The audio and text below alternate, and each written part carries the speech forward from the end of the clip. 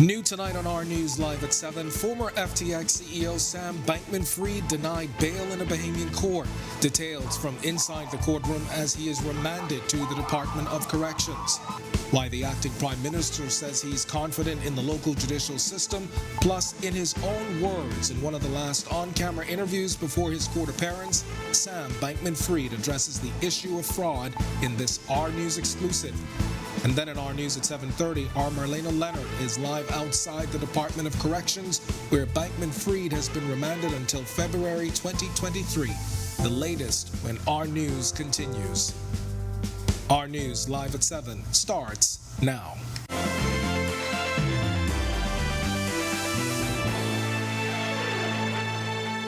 Welcome to our news live at 7. Thanks for joining us tonight. I'm Candino Knowles. Former FTX CEO Sam Bankman-Fried will not be getting bail tonight and could spend Christmas behind bars. In court today, lawyers went head-to-head in an unusual arraignment. Berthany McDermott joins us now with the details. Samuel Bankman-Fried's bail application has been denied, and tonight he is behind bars at the Bahamas Department of Corrections. The former FTX CEO appeared before Chief Magistrate Joyanne Ferguson Pratt after local authorities received notification from the United States that they have filed criminal charges against him and is likely to request his extradition. When asked by Ferguson Pratt if he will waive his right to extradition, Bankman-Fried, who was dressed in a navy blue suit and brown shoes, said, quote, "I am not waiving," end quote. That prompted the question of if the court had jurisdiction to hear a bail application, which resulted in an hours-long back and forth between counsels for both sides. However, in the end, the chief magistrate ruled that she could hear the bail application. In that application, Bankman-Fried's attorney, Jerome Roberts, told the court his client suffers from depression, insomnia, and attention deficit disorder and takes MAO, Zyrtec, and Adderall. He added that the former crypto executive has demonstrated he is not a flight risk by his investments and actions. He also suggested his client be outfitted with an ankle monitor or be given a curfew or daily reporting to a police station and a cash bail. He added Bankman-Fried had no prior or pending convictions in any jurisdiction and had every opportunity to leave the country, but didn't, noting that he wanted to help fix things for local crypto customers. Franklin Williams, who was representing the U.S., argued that Bankman-Fried's property is only relevant if he is found guilty, noting that these properties could be subject to forfeiture. He continued the need for meds, which can be purchased over the counter, is not a reason for bail. He argued the 30-year-old has revealed his intention not to appear before U.S. Congress physically, adding that he cannot fight charges here. He also read a sworn affidavit which alleges he still has access to funds that could aid him in relocating to another country. In her ruling, Chief Magistrate Ferguson Pratt said she's of the view the risk of flight is so great that Bankman-Fried ought to be remanded, adding that any conditions cannot sufficiently satisfy that. Bankman-Fried's mother and father were in court for today's proceedings. His father could be seen holding his head several times, while his mother was seen chuckling at times. The former FTX CEO returns to court on February 8th, where the matter will be transferred to Magistrate Shaka Seville. Reporting live in studio, I'm Berthany McDermott. Candino? Yeah, Berthany, just before you go, I know you said about this arraignment being unusual. Tell us a little bit about that. Candino, Bankman-Fried was escorted to court today under heavy police guard in a Jeep by himself. That's unusual for other individuals going to be arraigned. Additionally, in court, he was under police guard still and not handcuffed or shackled. Before going into court, I was whisked by a monitor before going in again, not something that usually happens at these arraignments. All right, thanks a lot. Our Berthany McDermott reporting live in studio for us tonight. Thanks, Berthany. Well, Acting Prime Minister Chester Cooper says he is confident in the judicial system amid the FTX blowout. I'm confident that the matter is in court. It's going to run its course. Confidence in the judicial system. Our main focus as a government will be to protect the ongoing reputation of the Bahamas. All right, and coming up on our news at 7:30, our Marlena Leonard, who has also been following this for us, joins us live from the Department of Corrections with a recap of today's timeline to the embattled CEO's court appearance. Stay tuned for that. And one local operator in the crypto space is saying he's not surprised at how things are now playing out with the embattled former CEO and founder of FTX. Okoff Securities Limited CEO Enen Fernando telling our news earlier today, based on the charges in the United States, he believes it took quite a long time for Bankman-Fried to be arrested. Here's what else he had to say about it. When you look at securities fraud, you have the two sides of it. Using their token, the FTT token, to kind of inflate prices and create like a false, reality of what was happening when it came to that side of things. In their terms of service, they had something in there where they were supposed to be like, essentially, if I have crypto, if I own crypto and I send it to an exchange, the crypto is still supposed to be my crypto. You're not supposed to then, if I give you $100 and you're the bank, essentially, you're not supposed to take that $100 and now say, I don't know where the $100 is. It's my $100. It's still your $100. You're supposed to have access to it and still own it. And from that exclusive interview with our TV's Jerome Sawyer, here's Bankman-Fried responding to questions about alleged fraud. Where would this alleged fraud have taken place from a jurisdictional standpoint? It's a good question because it's a global business and that makes everything complicated. But I don't know fraud that happened. I don't know that any fraud did happen, and that makes it hard to know where fraud would have occurred because I don't know what exactly it's referring to. What I will say is, the U.S. entity is, to my knowledge, completely solvent. All customers could be made whole tomorrow. It was a separate business, segregated funds, segregated order books, segregated users, separate regulation and licensure. And so that's not where it would be. All right, well, our coverage of today's dramatic developments in the FTX saga continues at the bottom of the hour. But for now, we head over to meteorologist Ian McKenzie, who is standing by in the Weather Center with your first look at temperatures. Ian? Thanks, Kendino, and good evening, Bahamas. Thanks for joining us. Welcome to our first look at weather. Currently outside our studios, we're under partly cloudy skies with a temperature of 74. Your winds are out of the east at 15 miles per hour with a feels-like temperature of 80 degrees. Current temperatures across the country: in Freeport, we have a temperature of 71, Marsh Harbor 66, Governors Harbor 75, also 75 in Great Harbor Key, 74 in the capital and also Nicholstown, picking up a 77 in Allenstown, Bimini. In the central Bahamas, we have 75 in Camps Bay, Andros, 74 in Arthurstown, also Coburn Town, San Salvador, picking up 79 in Georgetown, and 78 in Deadman's Key, Long Island. In the southeast Bahamas, in Duncantown, Ragged Island 81, Colonel Hill, Crooked Island 76, 79 in Delectable Bay, Acklands, 77 Abrahams Bay, Maguana, 77 in the deep south, Matthewtown and Agua, and rounding up our temperature profile in Providenciales, 79 in Turks and Caicos Islands. Taking a look at our satellite and radar overloop at this time, we have this frontal system that's just draped over the extreme northwest Bahamas. This will continue to trigger pockets of showers and possible isolated thunderstorms into tomorrow. This should drape further southwards across the capital, and we should see an uptick in moisture. This is a first look at weather. Stay tuned. More is still to come. Still to come in our news, the acting Prime Minister predicts 2023 will be the best year for tourism. We'll tell you why straight ahead. Plus, what's next for the historic British colonial resort?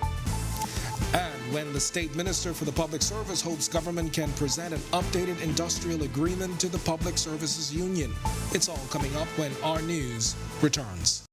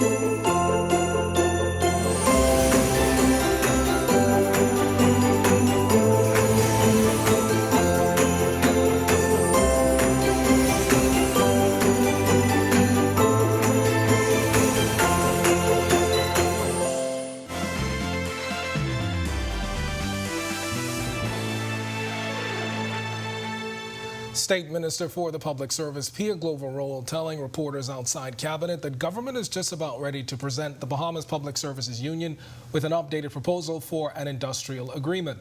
Glover-Roll saying it could come as soon as Wednesday. I am hopeful that the agreement is signed before the end of this year. We would like to assign as many agreements as we originally said within this year, and Public Service Union would be the main one that I would like to sign, being the Minister of State for the Public Service. So we remain hopeful that once the Bahamas Public Service Union gets the final agreement, hopefully by tomorrow, that it will be something that they are prepared to accept. The union has been in a back and forth with government for months over stalled negotiations. Last Wednesday, the union protested outside the House of Assembly and approached Acting Prime Minister Chester Cooper as he headed inside, a move Public Service Minister Fred Mitchell labeled as unnecessary and disrespectful. Glover-Roll, who was out of the country at the time, took questions about the union's cooperation with government. I have no concerns with the union not being cooperative. The process is a negotiation process. There's been conversations back and forth between the union and our labor relations union, the union and our prime minister, the union president and myself, and that's what negotiations are. They are conversation back and forth. Meanwhile, the tourism chief is tonight predicting 2023 will be the best year for tourism. Speaking ahead of this week's cabinet meeting, Acting Prime Minister Chester Cooper says the industry is expected to meet 2019 numbers, which was a record year. Cooper says the focus now, increasing visitor spending. We're doing a great job at bringing the tourists. We want to increase the spend. If we can increase the level of spend, that would be even more important to us than increasing the numbers.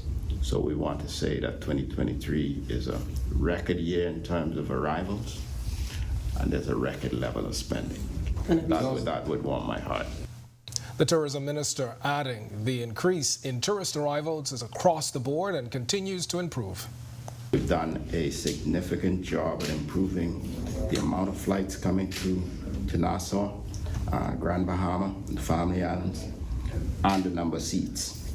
So American Airlines from Charlotte this Saturday is going to be bringing a much larger jet than they brought previously. That's increased seats, increased passengers, increased traffic, increased money in the pockets of the community. As for the shuttered Hilton Hotel, Cooper says he's hopeful the 10-month closure will not last much longer. The tourism minister telling reporters he's been in contact with China Construction America, the owners of the property. We anticipate that over the next few months we'll be able to hear more from the owners. The property has not been sold. The developers, the owners, who we all know is the China Construction Company, continue the improvement of the resort. No doubt they will have something direct to say about what their ongoing plan is. Suffice to say, we hope that the inventory comes back to the market real soon, because we certainly do need that inventory.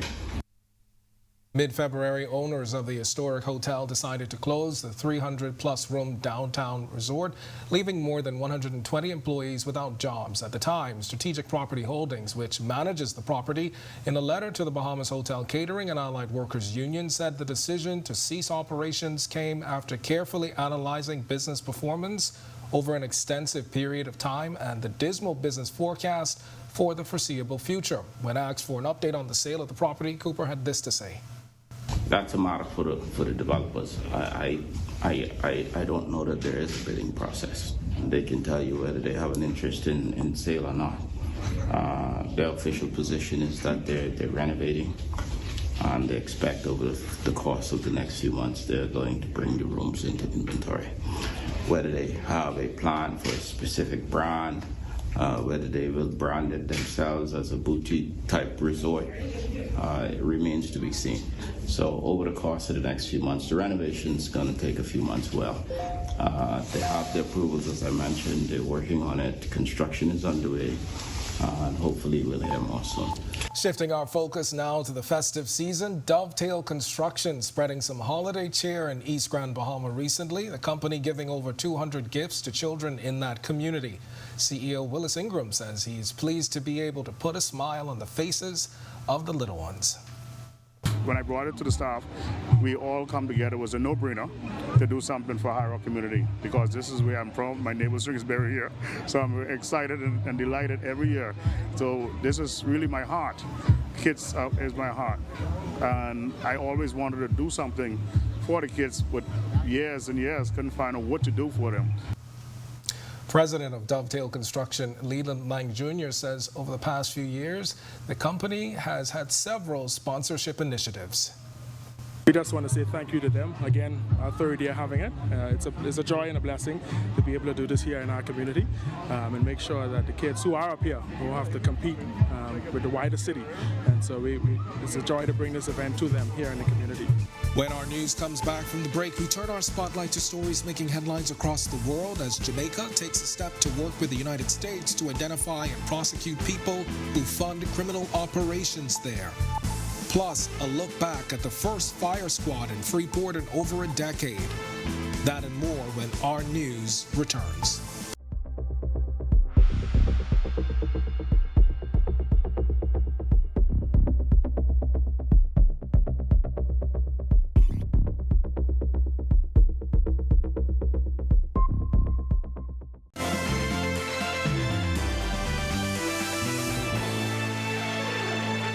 This is our news. Welcome back. We turn our attention now to stories making headlines across the world.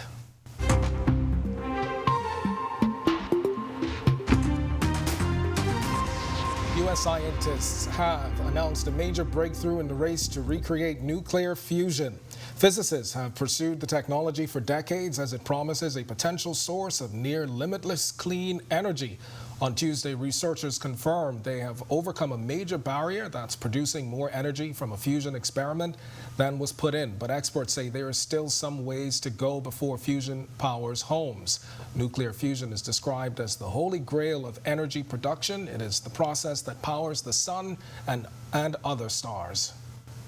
Ignition allows us to replicate for the first time certain conditions that are found only in the stars and the sun. And the second thing it does, of course, is that this milestone moves us one significant step closer to the possibility of zero carbon, abundant fusion energy powering our society. Greek member of the European Parliament Eva Kaili has denied involvement in an alleged bribery scandal involving World Cup host Qatar and the European Parliament. She's one of 4 suspects charged after Belgian investigators found 1.5 million euros in 2 homes and a suitcase. MEPs have voted by 625 to 1 to strip Ms. Kaili of her role as one of its 14 vice presidents. Prosecutors carried out a string of searches over several days and said cash worth about 600,000 euros had been found at the home of one suspect, 150,000 euros at the flat of another MEP, and 750,000 in a suitcase in a Brussels hotel room. At least 100 people have been killed and dozens injured by widespread floods and landslides in the Congo on Tuesday. The floods caused by heavy rains in the capital. The Prime Minister saying officials were still searching for more bodies. Some 12 million people live in the 24 neighborhoods hit by the floods where people were killed, houses submerged and roads ruined. Officials say much of the destruction happened in houses built on plots without official permission. In 2019, flooding and landslides killed at least 32 people. The neighbor's wall fell on us while we were sleeping. Thank God the kids pulled me out quickly, but the others died on the spot right next to us. To all our authorities who are going to follow these images, we are Congolese. We have lived here for a long time, and now our houses are washed away. Me, for example, I don't know where to go with the children. I've been a widow since 2015, and now my house is gone with the rain. I can't find any of my children. I don't know where he is. I am a poor woman who is managing, but I don't know where to go. I've lost almost everything, even my clothes. Protests over the imprisonment of Peru's ousted President Pedro Castillo continuing today as the former leader telling Peruvians he is being unjustly and arbitrarily detained.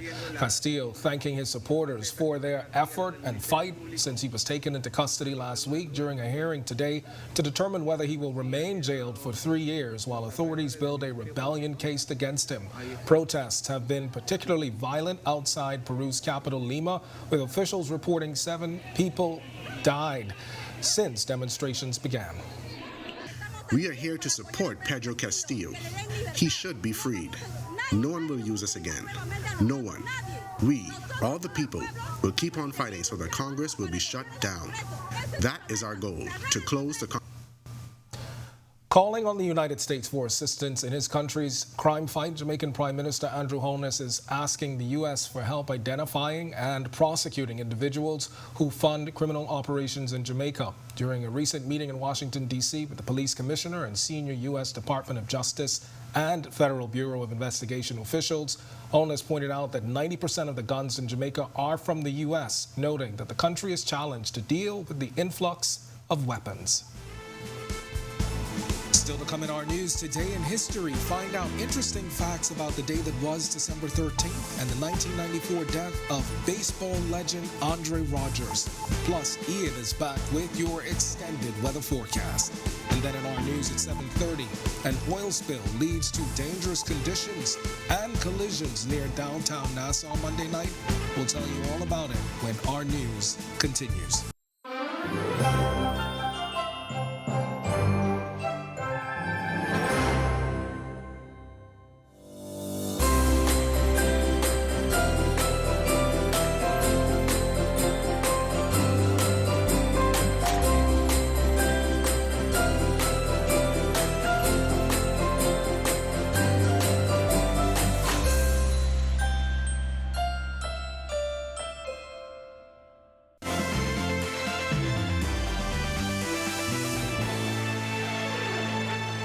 Welcome back to our news. It's time now to turn our spotlight on events that shaped the day that was December 13th, including the loss of a local sports legend and the day Saddam Hussein was found in a hole. Take a look.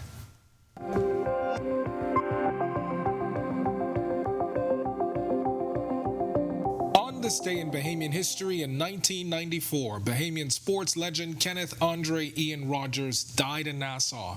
He was 70. Rogers was the first Bahamian to play in Major League Baseball, spending 10 seasons in the majors for the New York, San Francisco Giants, Chicago Cubs, and Pittsburgh Pirates.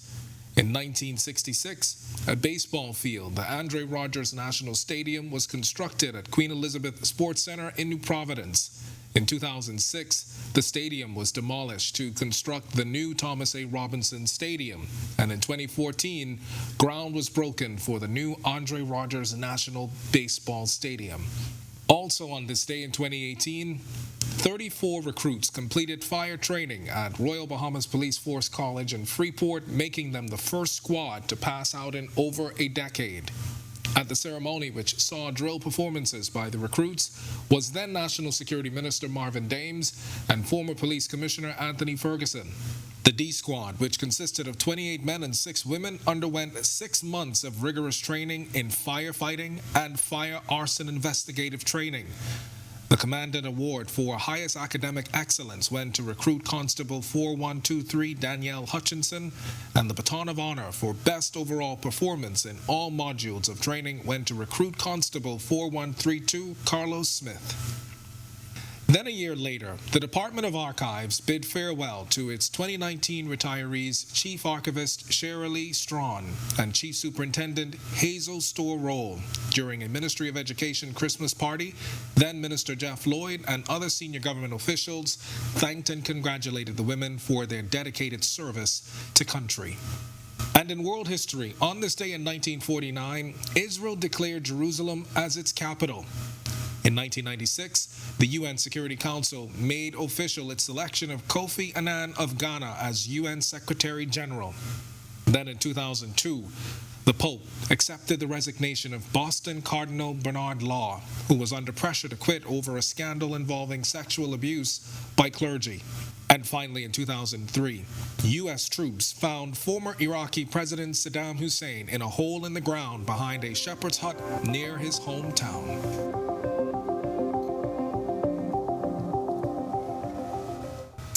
All right, well, that does it for us in News at 7. Joining us now is our Talia Hall. She's got the latest headlines. Talia? Well, Ken, what a whirlwind today, as this FTX drama is still the most talked about story today. Absolutely. Well, our coverage continues right now with the latest. Live on our news at 7:30, our Marlena Leonard is live outside the Bahamas Department of Corrections, where former FTX CEO Sam Bankman-Fried will be on remand until February, the latest coming up. But first, our Berthany McDermott was inside the courtroom as bail was denied for Sam Bankman-Fried. And an oil slick leads to a multi-car collision in downtown Nassau Monday night, and later when social services employees may receive their promotions in letters of confirmation. Our news live at 7:30 starts in a moment.